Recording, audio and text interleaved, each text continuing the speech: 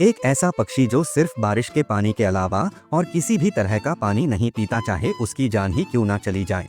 जी हाँ, मैं बात कर रहा हूँ जैकोबिन बर्ड की, जिसे भारत में चातक भी कहा जाता है। माना जाता है कि यह केवल बारिश का पानी पीती है क्योंकि इसके साथ एक लंबे समय से सांस्कृतिक जुड़ाव है, जहाँ इसे धैर्य और वर्षा के देवताओं के प्रति भक्ति का प्रतीक माना जाता है, जिसका अर्थ है कि यह अपनी प्यास बुझाने के लिए मॉनसून की बारिश का इंतजार करती है और किसी अन्य जल स्रोत को नहीं पीती, भले ही यह बहुत प्यासी हो। फैक्ट अच्छा लगा हो तो प्लीज चैनल को लाइक और सब्सक्राइब जरूर करें।